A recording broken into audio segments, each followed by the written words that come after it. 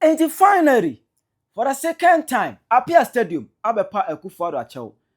after insulting him in an argument with Honorable Asenso Boachi. Mema nchirimu no achire wadwen amame. Ewo comment section. How you Penyah block media. Let's say any day.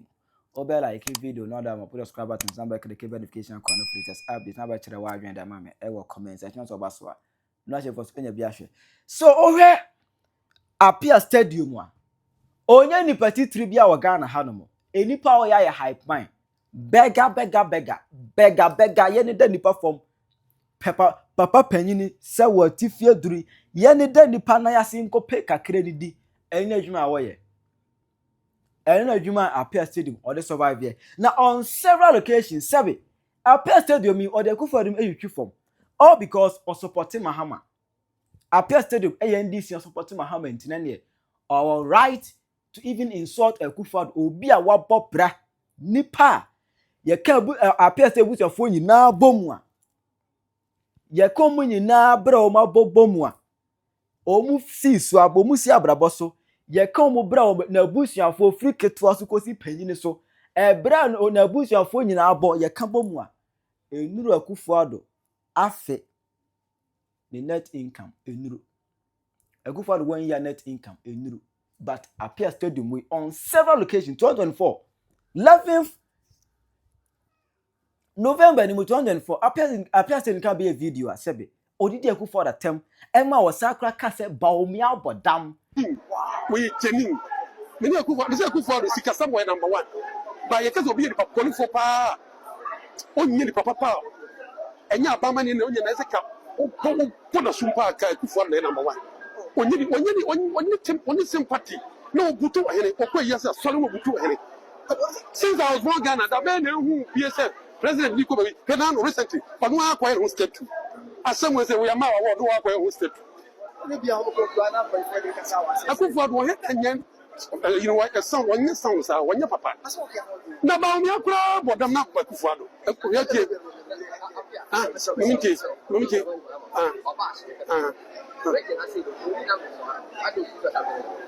also there be untie number no 28 yina ye pe no ye nya pro average no percent abanye ye nya pro by percent Akufo Addo na ba humi amu no se na po ne hwina ye no o bo ma bono ma moja fam na asokese because omo ye dangerous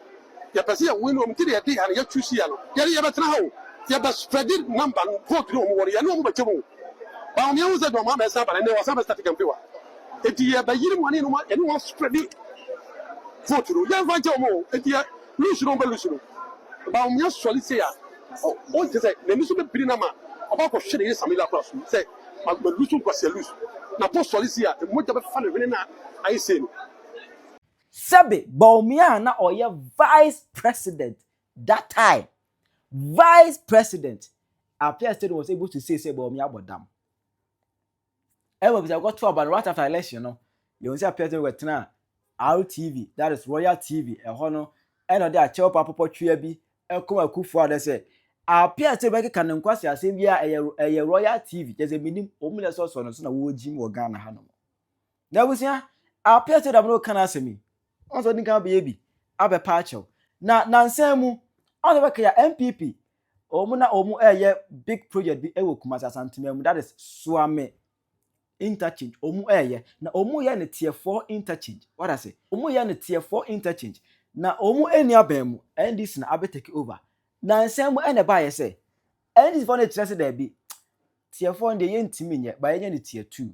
because ye sika ntimi tier 4 no sa project na Akufo Addo lay foundation no a omugu so a omoye no Mahama chirim say road minister chirim say omu ntime entoa so enye ne tier 4 it because of that no ombe ne tier 2 even because of no kra no na asande fo ne bi ofu say ase de bia no pese mo ba ban mu a mo bu ya nkwasiafo je say mo politicians mo ba Asantema na ehwe Ghana kese but Asante je han mo ba mo pese mo be bibia maye obi ya tier 4 mo wa pa to say ade nkwasiafo sa na even asanfo no crown ebi ebu afu na nsema na boss enso boache ebe kasa fa ho ana ochirim se eno pa de enya adwuma because tier 4 and MPP government that's all ya ma Asantema all ya ma Asantefo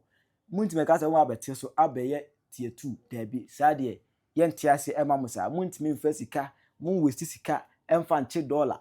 na ba ka se ni sika ye de ye de sa de enya adwuma etino mo be ye tiefo no at all cost ema na enchire mebre na eba da bi ano ana Appiah Stadium on tiase se ona abo asenso bo ache a oye MP aka dansem no tie ne wa criticize Mahama na minim position Appiah Stadium kro Ghana ha no mo minim position Appiah Stadium kro Ghana ha se obi ka Mahama asem a minim position owo e wa Ghana ha minim position Appiah Stadium ekura e wa Ghana ha intino so obi ka asem bi fa Mahama wona sin ba kon a me praise Mahama minim position Appiah Stadium kro Ghana Appiah Stadium bae e was out of nowhere and of free on about and so watch e wo phone so na only dey nkomo in fact Appiah Stadium onye obia wa Ghana ha ni petitri bia onye obia ni onye nimonyamfo obia wa Ghana ha no mo no onu no didi a whole MP Ghana gasa Ghana abafo Ghana yefo ma na say Appiah Stadium onye ni petitri bia mo bra bia wa Ghana ha no no asresere papa Penyah wati fie duru asresere na de ko wuo mu Appiah Stadium adwuma be ya mesresere na madi ani wusem asresere mo bra bia da asresere etimi di a whole MP odi natem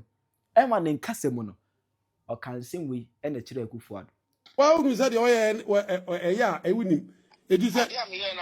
ana me jese wo de wo so wo tibi bi se makan na so bi se wo ye dai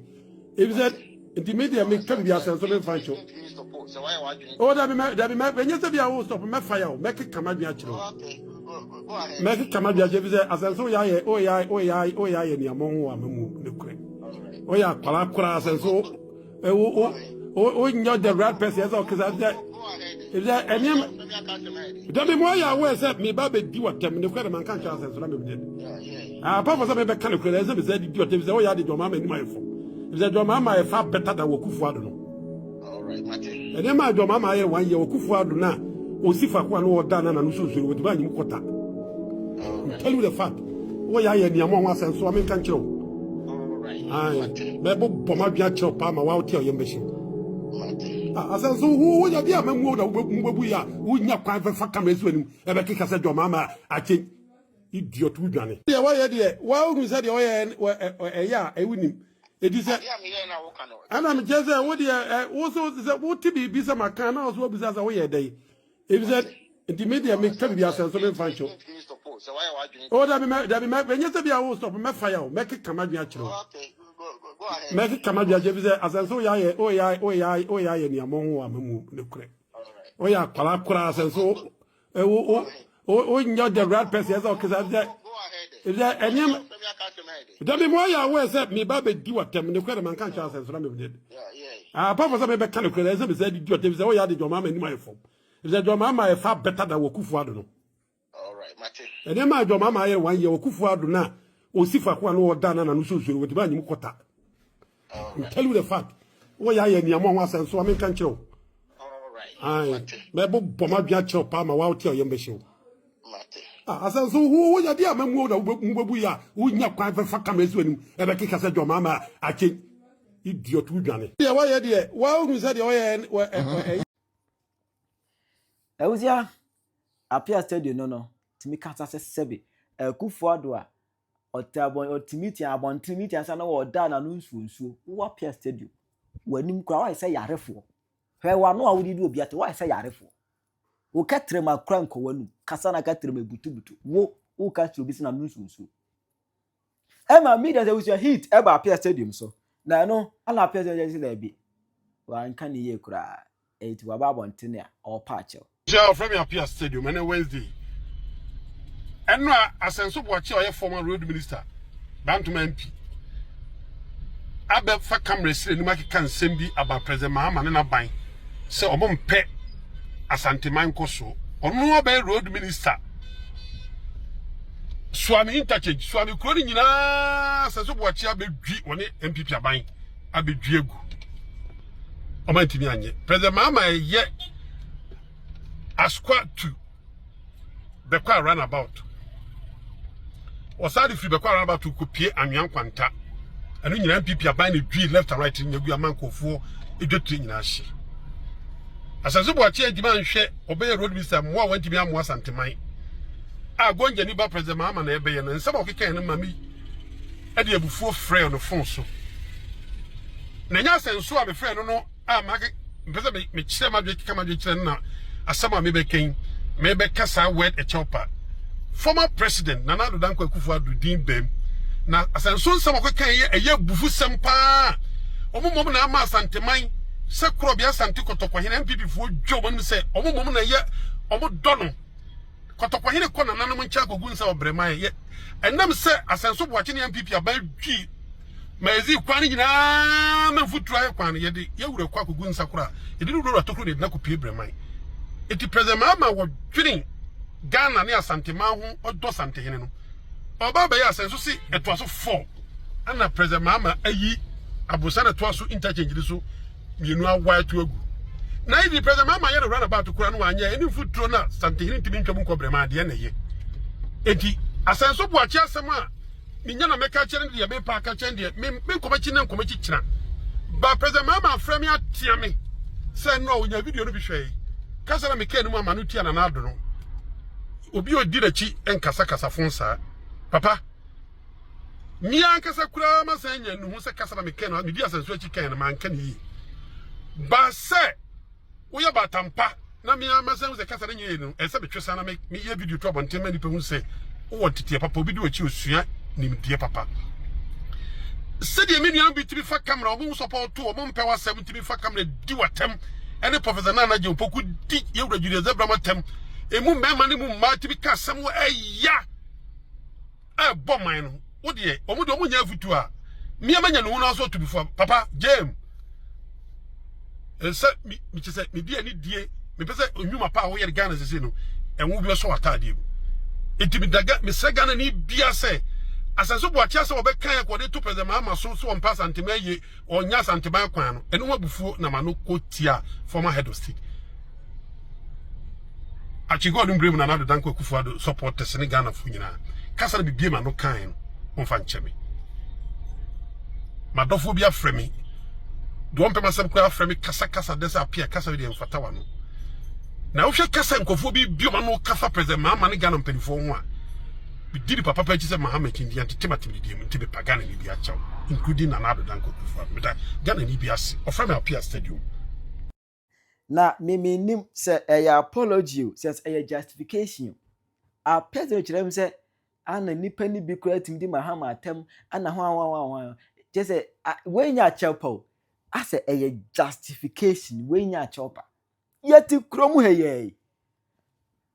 krom ha fanti comedy TikTok live so enyo ono kura na ka asem no obi ka asem bi efa asem jamfim ho ese plain class no na ko se kasem jamfim na ewu ade chenye fanti comedy be pa acha wo ho fanti comedy be pa acha wo ho se osere ade esi ne live no so no mo mfa nche ebi sibi onfo obi ama live so enyo ono kura na ka asem no but despite our child pod by nyina echi no ye kwachi ni tum ebo ne kama akora ni tua as 100,000 cedis ansa na yeyi no 1 billion o man na yetimu no as NDC for certificate to insult anybody for free no man be dey chirin sa no obi e kasete o leader dia muhu ni nyansa ade na odin pa we atem ba mo no de mo wo certificate to insult anybody in the MPP kwasi asembe na koso Ghana ha no mo sa no